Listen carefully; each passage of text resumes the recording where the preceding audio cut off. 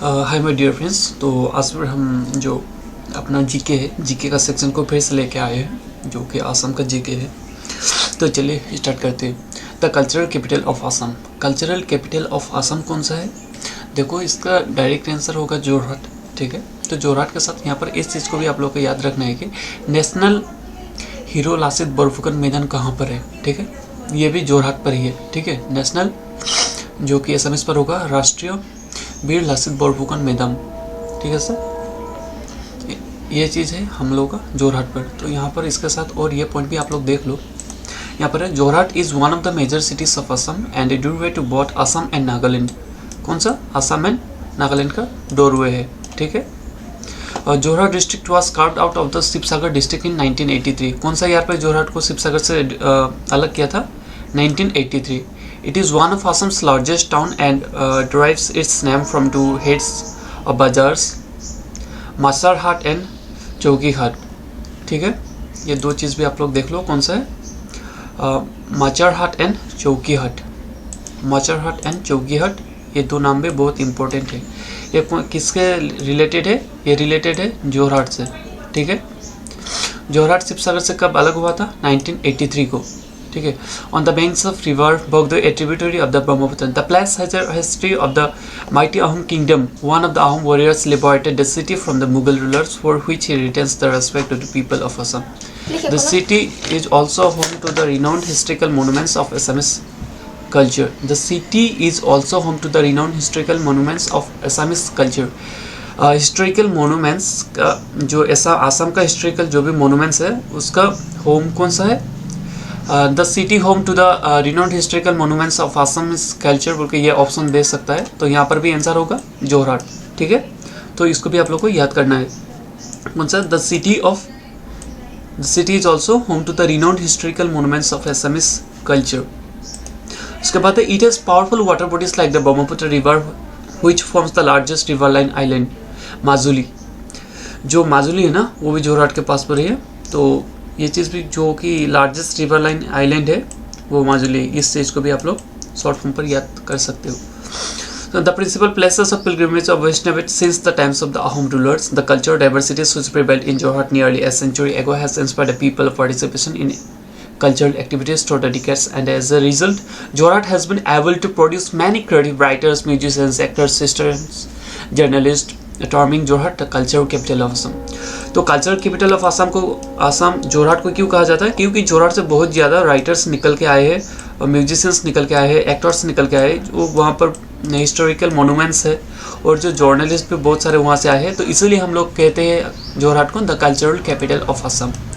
ठीक है, तो ये चीज़ इंपॉर्टेंट है पब्लिक सर्विस कमीशन के लिए। ये जो डाउन वाला सेक्शन है ना, ये क्रिएटिव राइटर्स, यहाँ पर म्यूजिशियंस, हिस्टोरियंस जो भी निकल के आए हैं उन लोगों के लिए इम्पोर्टेंट है। तो बढ़ते हैं हम लोग अगले क्वेश्चन की ओर। The first non government college of Assam. Assam का सबसे पहला नॉन गवर्नमेंट कॉलेज कौन सा है? जेबी कॉलेज। जेबी कॉलेज यानी कि जगन्नाथ बरुआ कॉलेज। जगन्नाथ बरुआ कॉलेज असम का सबसे पहला नॉन गवर्नमेंट कॉलेज था असम का। इससे भी पहले कॉलेज था, लेकिन फर्स्ट नॉन गवर्नमेंट कॉलेज है जगन्नाथ बरुआ कॉलेज, जेबी कॉलेज जिसका शॉर्ट फॉर्म है। ठीक है, और ये भी जोरहाट पर है, ये भी जोरहाट पर है और इसको फाउंड किया गया था 1930 को। 19 अगस्त, बहुत इम्पोर्टेंट है ये डेट। जेबी कॉलेज को कौन सा ईयर पर इसको फाउंड किया गया था? 19 अगस्त। ठीक है, ये मेमोरी बेस्ड क्वेश्चन है तो इसे याद करना ही अच्छा होगा। थर्ड क्वेश्चन है when Majuli is formally declared as the district in Assam. देखो, माजुली को कब डिस्ट्रिक्ट के हिसाब से इसको रिनाउंड किया गया था? तो ये बात है 2016। ठीक है, 2016 पर इसको रिनाउंड किया गया था माजुली को, इन the month of September I think. Let's see, Majuli, हाँ 8 सितंबर 2016 को माजुली को यहाँ पर रिनाउंड कर दिया गया था। 8 सितंबर 2016 पर माजुली का हम लोग एज अ डिस्ट्रिक्ट मानते हैं। ठीक है, उससे पहले यह पार्ट था। Majuli is a river island in the Brahmaputra River, Assam, and in 2016 it became the first island to be made a district in India। ठीक है, फर्स्ट आइलैंड का नाम बोलो जो कि इंडिया का डिस्ट्रिक्ट है, तो ये भी होगा माजुली, क्योंकि माजुली वर्ल्ड का लार्जेस्ट आइलैंड है। ठीक है, smallest island. The island is formed by the Brahmaputra river in the south and the Kurkutia Suti and Anna branch of the Brahmaputra joined by the Subansiri river in the north. Majuli island is accessible by ferries from the city of Jora. The island is about 300 to 400 km east from the state's largest city Guwahati. It was formed due to course changes by the river Brahmaputra and its tributaries mainly in the Lohit. Majuli is the abode of the Assamese Neo-Vaishnavite culture. Assamese Neo-Vaishnavite culture का head city ही है माजुली, ठीक है। Assamese new वैष्णवित culture जो कि हम लोग का श्रीमंत शंकरदेव जी ने उत्पन्न किया था, एकशरण धर्म, तो इसका हेड कौन सा सिटी है? माजुली से ये चीज़ उभर के आया था, ठीक है। तो इस चीज़ को भी आप लोग याद कर लेना। And moving to the next question, which forest is single handedly planted by the Jadav Payeng. देखिए जादव पायेंग को पद्मश्री अवार्ड भी मिला गया है। इनको पद्मश्री अवार्ड दिया गए थे प्रणब मुखर्जी द्वारा, क्योंकि इनको फॉरेस्ट मैन ऑफ इंडिया भी कहा जाता है, ठीक है। कुछ पॉइंट्स हैं यहाँ पर, ठीक है। फॉरेस्ट मैन ऑफ इंडिया किसे कहा जाता है? जादव पायेंग को, ठीक है। जादव का जो फॉरेस्ट बनाया था ना, इन्होंने जो फॉरेस्ट बनाया था वो फॉरेस्ट का नाम क्या था? मोलाई फॉरेस्ट, ठीक है। मोलाई फॉरेस्ट, ये भी इम्पोर्टेंट है उनका फॉरेस्ट का नाम। उसके बाद और एक चीज़ यहाँ पर इम्पोर्टेंट है, इनको पद्मश्री अवार्ड मिला था। Jadhav Payeing was honored at a public function arranged by the School of Environment and Sciences. Jawaharlal Nehru university पर भी इनको सम्मानित किया गया था, ऑनर किया गया था।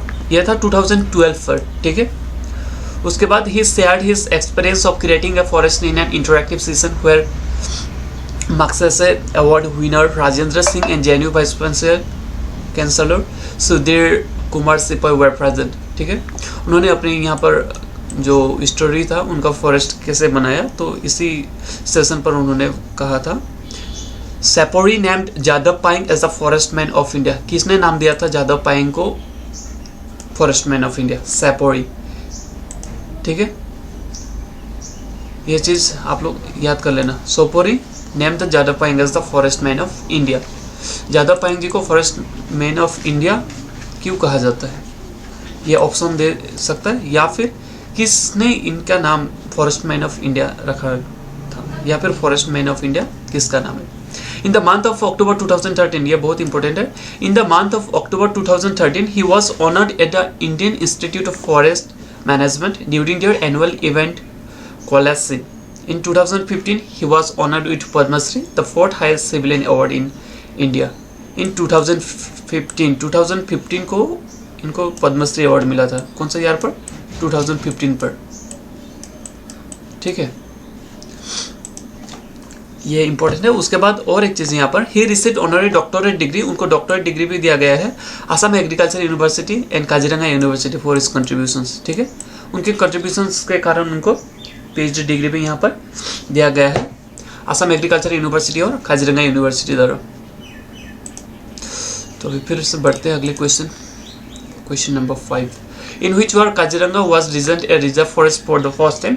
हाँ, ये क्वेश्चन है, तो बहुत इंपॉर्टेंट क्वेश्चन है। 1908 इसका करेक्ट आंसर होगा, 1908।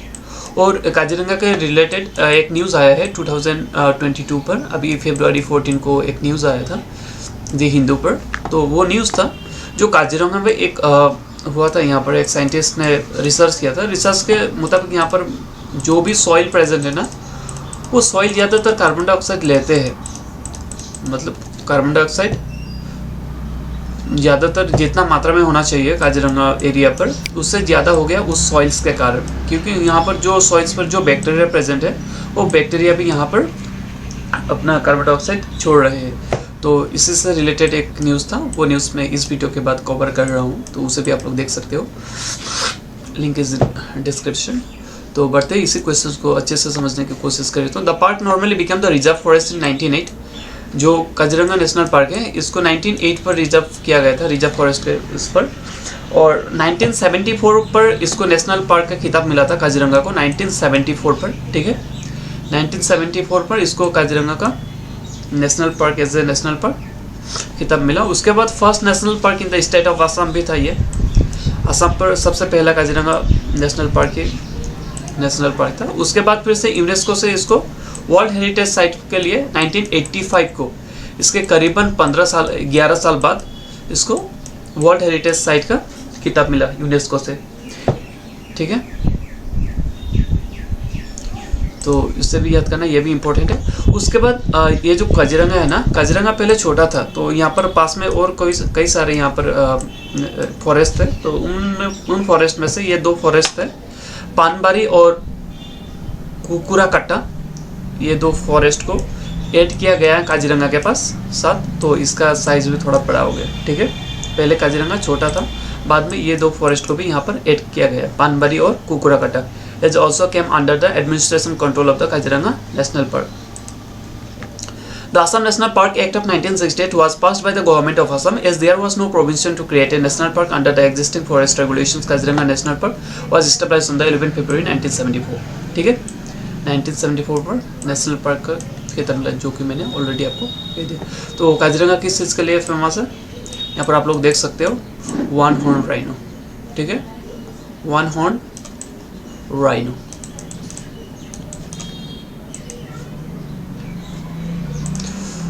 तो which one district is declared as the first carbon free district in Assam? तो इसका ऑब्वियसली आंसर तो आप सभी लोगों को पता ही है, माजुली होगा, ठीक है, क्योंकि माजुली एक आइलैंड पर है, तो वहाँ पर इतना ज़्यादा इफेक्ट नहीं पड़ता है ज़्यादातर, तो इसलिए माजुली होगा। ये सभी आप लोग याद कर सकते हो। तो यहाँ पर एक न्यूज़ था जो कि इकोनॉमिक्स टाइम्स पर छपा था, तो उसके मुताबिक अगर हम लोग यहाँ पर देखें तो रिवर आइलैंड डिस्ट्रिक्ट माजुली में become the first carbon neutral district in India. अगर इंडिया का फर्स्ट कार्बन न्यूट्रल डिस्ट्रिक्ट है तो आसाम का तो ऑब्वियसली होगा ना, तो ये हो गया माजुली, ठीक है। तो यहाँ पर लिखा है, Guwahati BJP led Assam government has initiated a project to make a river island district Majuli the first ever carbon neutral district in India. The Department of Environmental and Forest Assam has already launched a project Sustainable Action for Climate Resilience Development in Majuli. SSCRED Majuli का full form आप लोग याद कर लेना, Sustainable Action for Climate Resilient Development in Majuli, ठीक है, Sustainable Action for Climate Resilient Development in Majuli। ये जो रिवर आइलैंड है, इसके लिए जो प्रोजेक्ट बनाया गया था, यही प्रोजेक्ट है। तो इसी प्रोजेक्ट के अंदर माजुली को यहाँ पर सेव करके रखा गया है, तो ये चीज़ भी आप लोग याद कर लो। उसके बाद in which year Kaziranga has been declared as the world heritage site. अभी तो मैंने आप लोगों को बोला 1985, ठीक है, 1974 पर इसको नेशनल पार्क मिला था, ठीक है, खिताब मिला, ये था नेशनल पार्क का। और यूनेस्को ने क्या किया, यूनेस्को ने इसको वर्ल्ड हेरिटेज साइट का खिताब दिया 1985 को। कितने साल बाद, 11 ईयर्स लेटर, ठीक है, 11 ईयर्स लेटर यूनेस्को ने खिताब दिया इसको। तो बढ़ते फिर से अगले क्वेश्चन की ओर। अगली क्वेश्चन पर है हम लोग का, Which place is known as the heart of Assamese Neo Vaishnavite culture? थोड़ी देर पहले मैंने आप लोगों को कहा था, जो श्रीमंत शंकरदेव ने अपना शुरुआत जर्नी किया था वो माजुली से ही था, तो माजुली ऑब्वियसली आंसर होगा। थोड़ी देर पहले भी आप लोगों को बोला था मैं। तो अगर Shankardev and the new Vaishnavite movement in Assam, इस चीज़ को अगर आप लोग अच्छे से समझना चाहते हो तो ये लिंक पर आप लोग क्लिक करके आप लोग देख सकते हो जाके। PDF फाइल टेलीग्राम चैनल पर अवेलेबल है, तो आप लोग टेलीग्राम चैनल से PDF फाइल ले सकते हो। उसके बाद नेक्स्ट क्वेश्चन की ओर बढ़े तो according to the 2017 elephant census, total number of elephants in Assam as per the census of 2017, ठीक है, असम में एलिफेंट कितने नंबर्स पर अवेलेबल है, ठीक है। तो उसी सेंसस के मुताबिक 27,312 एलिफेंट्स इंडिया पर अवेलेबल है अभी, ठीक है। तो इसमें से पहला स्थान है कर्नाटका, उसके बाद आसाम, उसके बाद केरला, ठीक है। कर्नाटका पर हाईएस्ट नंबर ऑफ एलिफेंट्स है जो कि 6050 है, 49, ठीक है, 6049 है ये एज पर 2017 सेंसस, ओके। उसके बाद आसाम पर है 5719। सबसे पहले है कर्नाटका, आसाम एंड केरला, ठीक है, का याद कर लेना। यहाँ पर है 6049 कर्नाटका पर, आसाम पर है 5719, उसके बाद है केरला पर 3054, ठीक है।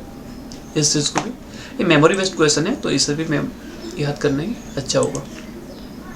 Which one was the capital of Kasari Kingdom? देखो कसारी किंगडम बोलो या फिर डिमासा किंगडम बोलो या फिर तिमसिना किंगडम बोलो, एक ही बात है, ठीक है। तीनों किंगडम का मतलब एक ही है और एक ही किंगडम का नाम यहाँ पर 3 बार लिखा गया है। कसारी बोलो, डिमासा बोलो या फिर तिमसिना बोलो। तो यहाँ पर देखो इन लोगों का जो कैपिटल है ना, कैपिटल दीमापुर था, ठीक है। दीमापुर, माईबोंग, खासपुर, ठीक है। दीमापुर, माईबोंग, खासपुर, ऑप्शन पर जो भी अवेलेबल होगा वही लिख देना आप लोगों को, ठीक है। दीमापुर भी था इन लोगों का कैपिटल, उसके बाद माईबोंग भी हुआ, उसके बाद खासपुर भी हुआ। तो इसलिए 3 ही आंसर यहाँ पर करेक्ट होगा। अगर कोई भी एक ऑप्शन पर है तो आप लोग उसी को करेक्ट करके आ जाना। The Dimasa kingdom, also Kachari kingdom और तिमसिना kingdom was a late medieval or early modern kingdom in Assam, northern India, ruled by Dimasa kings called Timsina in the Ahom Burunjis, ठीक है। तो यहाँ पर आप लोग देख सकते हो कैपिटल कौन सा था, दीमापुर, माईबोंग, खासपुर। तो टाइम कौन सा था, मेडाइवल इंडिया पर था। तो बढ़ते अगले question 11। In which year Malladev Naranarayan acquired the title Narayan. Malladev को कौन सा ईयर पर यहाँ पर नारायण का खिताब मिला और कौन सा ईयर पर उनको यह टाइटल दिया गया था? सिंपल सा आंसर है 1540 सॉरी, ठीक है। तो उनके पिताजी थे बिस्वा सिंघा। बिस्वा सिंघा के बाद मल्लादेव यहाँ पर बने अपना किंग, है ना। Malladev ascended of throne in 1540 in the same year that his father has died and acquired the title Narayana, which was to become the dynastic title of his succeeding kings. Biswa Singha के बाद कौन बने थे? नारायण, ठीक है, नर नारायण। तो नर नारायण का दूसरा नाम मल्लादेव, ये भी क्वेश्चन आता है। नर नारायण का मल्लादेव किसका नाम है बोल के ये भी क्वेश्चन आता है, ठीक है। तो ये 3 पॉइंट्स के साथ ये बिस्वा सिंघा ये टाइम भी याद कर लेना। उसके बाद कौन सा कार्यकाल था? 1540 से 1587, ठीक है। जेहेतु ये मेडाइवल इंडिया है तो आप लोग इसे भी मेडाइवल को याद कर लेना, ठीक है। The Bodoland territorial council was established in the year, BTC was established कौन सा ईयर पर है? देखो बीटीसी के लेकर यहाँ पर सिंपल सा 3 ही क्वेश्चन बन सकता है। एक तो कौन सा शेड्यूल के हिसाब से ये बीटीसी को फॉर्म किया गया था, तो इसका सिंपल सा आंसर है 6 शेड्यूल। उसके बाद कौन सा ईयर? 2003। कितने डिस्ट्रिक्ट है? 4 डिस्ट्रिक्ट, ठीक है, कोकराझार, बक्सर, सिरंग एंड उदलगुड़ी। बीटीसी को लेकर ये 4 ही क्वेश्चन ज़्यादातर बन सकता है। तो ये 4 क्वेश्चंस तो मैंने आप लोगों को बोलते हैं। 2003 पर इसको फॉर्म किया गया था और 6 शेड्यूल के अंडर है, ये चीज़ आप लोग देख लेना। बढ़ते अगले question 13। Which one district is not under the BTAD council? अभी तो मैंने आप लोगों को बोला क्वेश्चन आई गया। कौन सा डिस्ट्रिक्ट यहाँ पर बीटीएडी के अंडर पर नहीं है? कोकराझार है, बक्सर है, उदलगुड़ी है, ग्वालपारा नहीं है, ठीक है। करेक्ट आंसर होगा ग्वालपारा। एंड नेक्स्ट क्वेश्चन पर, by population Assam is the largest state of India, ठीक है। पॉपुलेशन वाइज आसाम कितना नंबर पर है एज पर पॉपुलेशन, ठीक है। यहाँ पर एरिया वाइज नहीं पूछा गया है, पॉपुलेशन वाइज पूछा गया। तो पॉपुलेशन वाइज यहाँ पर 15 नंबर पर होगा और पहला नंबर पर है उत्तर प्रदेश, सेकंड पर महाराष्ट्र, थर्ड पर बिहार, वेस्ट बंगाल, मध्य प्रदेश, तमिलनाडु, राजस्थान, कर्नाटका, गुजरात, आंध्र प्रदेश, उड़ीसा, तेलंगाना, केरला, झारखंड एंड देन असम। झारखंड के बाद ये आएगा असम, ठीक है। ये चीज़ आप लोग याद कर लेना। उसके बाद इससे रिलेटेड और कई सारे क्वेश्चन है जिससे भी अभी हम लोग देखेंगे। Rajasthan is the largest Indian state by area. Area wise सबसे बड़ा कौन सा स्टेट है? राजस्थान, ठीक है। एरिया वाइज कौन सा है? लार्जेस्ट और स्मॉलेस्ट देखते हैं, ठीक है। एरिया वाइज है राजस्थान लार्जेस्ट है, ठीक है। Followed by Madhya Pradesh and Maharashtra, while Goa is the smallest Indian state. Goa बहुत सा छोटा है दोस्तों, ये आई थिंक हम लोग का उदलगुड़ी डिस्ट्रिक्ट से भी छोटा होगा गोवा इस पूरा state he. Uttar Pradesh is the most populated Indian state. अभी अगर हम पॉपुलेशन वाइज देखें लार्जेस्ट और शॉर्ट, पॉपुलेशन वाइज अगर देखें तो लार्जेस्ट होगा यूपी, ठीक है, और सबसे छोटा होगा कौन सा? सिक्किम। ये पॉपुलेशन वाइज है, ठीक है। पॉपुलेशन वाइज और एरिया वाइज आप लोगों ने याद कर लिया। अभी हम लोग देखते हैं यूनियन टेरिटरी पर, ठीक है। Jammu and Kashmir is the largest union territory of India. अगर यूनियन टेरिटरी की बात करें तो JNK, Jammu and Kashmir is the largest होगा। एज पर क्या है? एरिया, ठीक है। By Ladakh and Andaman and Nicobar islands, why Lakshadweep is the smallest. कौन सा होगा? लक्षद्वीप।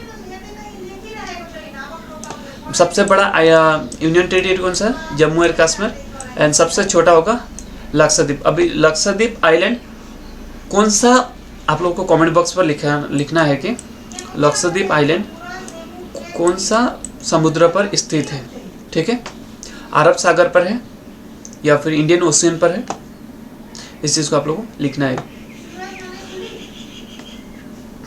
ये हो गया। उसके बाद NCT of Delhi is the most populous union territory of India. As per density अगर बात करें तो दिल्ली पे बहुत ज़्यादा मोस्ट पॉपुलस सिटी है, क्योंकि देखो दिल्ली पर हर कोई जाता है, ये कैपिटल सिटी है, यहाँ पर हर कोई माइग्रेट होता है, माइग्रेट होने के कारण इसका पॉपुलेशन ऑब्वियसली बात है बढ़ेगा। तो मोस्ट पॉपुलस सिटी कौन सा होगा? दिल्ली, ठीक है। तो अगली question, number wildlife sanctuary is located in which district? ये पब्लिक सर्विस कमीशन पर भी आया था, असम पब्लिक सर्विस कमीशन पर, तो ये क्वेश्चन बहुत ज़्यादा इंपॉर्टेंट हो जाता है। ये अभी देखो कार्बी आंगलंग पर स्थित है, ठीक है। Nambor wildlife sanctuary is a protected area located in Karbi Anglong district of Assam, India. This wildlife sanctuary covers an area 37 kilometre square. Important है एरिया इसका, कितना? 37 किलोमीटर स्क्वायर, ठीक है। The area was declared as the sanctuary on 27 July 2000 पर कार्बी आंगलंग के इस area को 37 जो स्क्वायर किलोमीटर है नंबर वाइल्ड लाइफ सेंचुरी, ठीक है, इसको 27 जुलाई 2000 को डिक्लेयर किया गया था, ठीक है, as a wildlife sanctuary. It is located 25 kilometres from the Golaghat. It is not important. 65 kilometres from the Kaziranga national park. ये आप लोग अगर कभी भी जाओगे तो वैसे भी पता चल जाएगा। म्लेच्छर डायनेस्टी वाज एस्टेब्लाइज्ड बाय, देखो म्लेच्छर डायनेस्टी था जो कि मेडिवल इंडिया के टाइम पर था, और अगर हम लोग इसे बात करें तो अर्ली इंडिया के टाइम पर भी कह सकते हैं, क्योंकि जो म्लेच्छर डायनेस्टी है ये Salastambha stabilize Mlechchha dynasty in Assam, taking advantage of the declining power of Barman dynasty. Salantha captured the throne after the death of Bhaskar Burman. He became the ruler of Kamrupa and established Mlecchar dynasty. देखो म्लेच्छर dynasty कहाँ का ये king था? Kamrupa kingdom का, ठीक है, Kamrupa kingdom का था।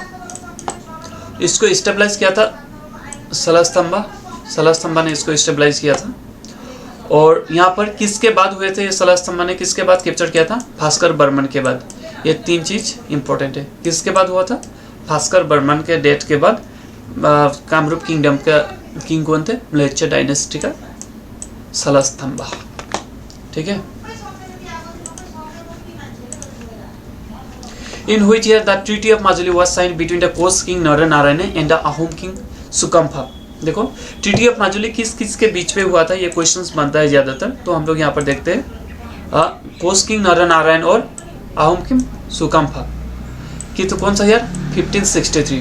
देखो अनकॉमन क्वेश्चन है ना, यहाँ पर पूछ सकता था किस किस के बीच पे हुआ था, और ये ज्यादातर क्वेश्चन पूछता भी है, लेकिन यहाँ पर डायरेक्टली पूछ लिया कौन सा साल पर? 1563 ट्रीटी ऑफ माजुली, ठीक है। माजुली को लेकर एक संधि हुआ था, तो उसी के बारे में यहाँ पर है। The treaty of Majuli 1563 was settled between the Kos king Naranarayana and Ahom king Sukamfa. The treaty followed a successful campaign against the Ahom kingdom led by Silarai, ठीक है। The treaty followed a successful campaign against the Ahom kingdom led by Silarai, the general of the Kos forces and the brother of the king, while insulted in the fall of Gargaon, the Ahom capital, ठीक है।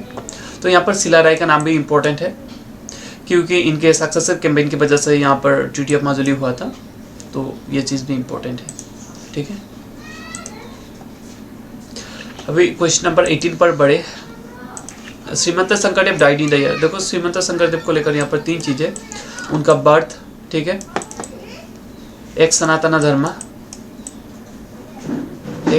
धर्म जो कि उनका philosophy है, उनका successor Madhav देव है, उनका बर्थ हुआ था नौगांव पर, ठीक है, बौद्ध पर, और उसका डेट हुआ था कूच बिहार पर हुआ था, ठीक है, 1568 को। एक्चुअली कूच बिहार नाम ज़्यादा इंपॉर्टेंट है, लेकिन यहाँ पर डेट दे दिया 1568, तो आप लोग इसको भी याद कर सकते हो। 1568 is the most important date for the Srimanta Sankardev SST, ठीक है।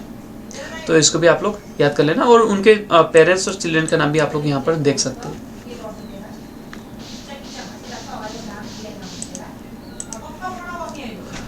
एंड अभी अगर हम लोग क्वेश्चन नंबर 19 पर जाए तो who has designed a paik system in Ahom kingdom. Ahom kingdom पर पाइक सिस्टम किसने लाया था। पाइक सिस्टम मतलब ये पाइक सिस्टम पता है ना, एक राजा है यहाँ पर, सपोज किंग है, किंग के अंडर पर कितने सारे यहाँ पर प्रजा उनके वहाँ पर सिंहासन पर काम करते, तो ये जो काम करने वाले लोग हैं इनको हम लोग पाइक बोलते हैं, जो कि दास प्रथा की तरह है। ठीक है।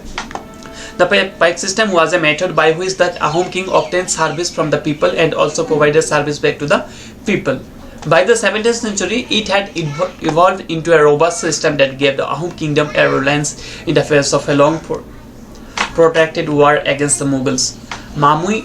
मुमाई तामुली बोरबुरुआ, ये नाम बहुत ज़्यादा इंपॉर्टेंट है क्योंकि इसको डिजाइन ही, इसको पाइक सिस्टम को लाया किसने था, मुमाई तामुली बोरबुरुआ ने। ठीक है। The mature structure was design by Momai Tamuli Borbarua in 1608, ये ईयर भी यहाँ पर इंपॉर्टेंट है। कौन सा साल पर, 1608 को मुमाई तामुली बोरबुरुआ ने पाइक सिस्टम को इंट्रोड्यूस किया था। ठीक है। To implement and the extensively and exhaustively implemented by 1658 during the region of Sutamla Jayadhwaj Singha. और ये इम्प्लीमेंट कब हुआ था, किसने लाया था, क्वेश्चन है, मुमाई तामुली बोरबुरुआ। और कौन सा ईयर पर आ सकता है, 1608 पर। और ये मतलब कब से ये इम्प्लीमेंट हुआ, अगर इम्प्लीमेंट की बात करें तो 1658, 50 साल बाद जब मुमाई तामुली बोरबुरुआ ने लाया था, उससे 50 ईयर्स लेटर ये चीज़ इम्प्लीमेंट हुआ था। और इसको इम्प्लीमेंट किसने किया था, सुतम्पा और जयध्वज सिंह ने। अभी अगर इससे नेक्स्ट क्वेश्चन, लास्ट क्वेश्चन की ओर बढ़े तो देखते हैं, who had led the Mughal army in the battle of Saraighat. And the same question is also repeated, who had led the Mughal forces in the battle of Haldighat. Haldighat की बात करें तो सिंपल सा आंसर है मानसिंह, वन ऑफ अंबर, अंबर के किंग थे ये, मानसिंह वन। ठीक है। मानसिंह है एक और एक है मानसिंह वन, तो इसलिए आप लोग मानसिंह वन ये भी याद कर लेना, MS1। ठीक है।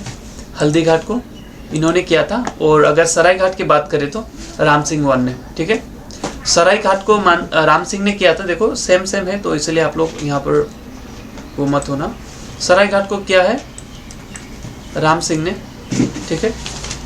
और हल्दीघाट को किया है मान सिंह ने, SR एजेंट। ठीक है। तो सरायघाट को किया था SR राम सिंह ने, राम सिंह वन ने, जो कि कछुआ के किंग थे। और उसके बाद जो हल्दीघाट है, हल्दीघाट को किया था मानसिंह वन, जो कि अंबर के किंग थे। और एक क्वेश्चन यहाँ से बनता है, the battle of Saraighat was a noble battle fought in 1671 between the Mughal empire and the Ahom kingdom. Saraighat का बैटल कौन सा ईयर पर हुआ था, 1671। ठीक है।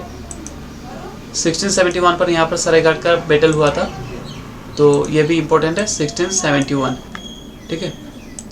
इसे भी आप लोग याद कर लो, 1671। उसके बाद Ahom kingdom led by the Lachit Borphukan. Ahom kingdom को किसने लेड किया था, लासित बोरफुकन ने। और इधर आप लोग का मुगल एम्पायर को किसने किया था, राजा राम सिंह वन ने। ठीक है। मुगल को क्या था, राजा राम सिंह वन ने। आहूम को क्या था, लासित बोरफुकन ने। और इसी तरह हल्दीघाटी पर भी हुआ था। The battle of Haldighati was fought in 1576। ये देखो 1576 सबसे पहले हुआ था हल्दीघाटी का, उसके बाद हुआ था आपका सरायघाट का। एज के बाद एस आता है ना। ठीक है। तो हल्दीघाटी होने के बाद हुआ था सरायघाट। तो हल्दीघाट हुआ था आपका 1576 को बिटवीन आर्मीज ऑफ महाराणा प्रताप, जो कि मेवाड़ के राणा थे। ठीक है। और मुगल एम्पायर आपके अकबर के फर्स्ट, जिसको लीड कर रहे थे मानसिंह वन। तो ये लास्ट क्वेश्चन था। तो इसका आंसर कौन सा होगा, मुगल आर्मी को किसने लीड किया था, एम के साथ। मुगल आर्मी को किसने किया था, राम सिंह। तो मिलते हैं अगले वीडियो पर। वीडियो को देखने के लिए धन्यवाद।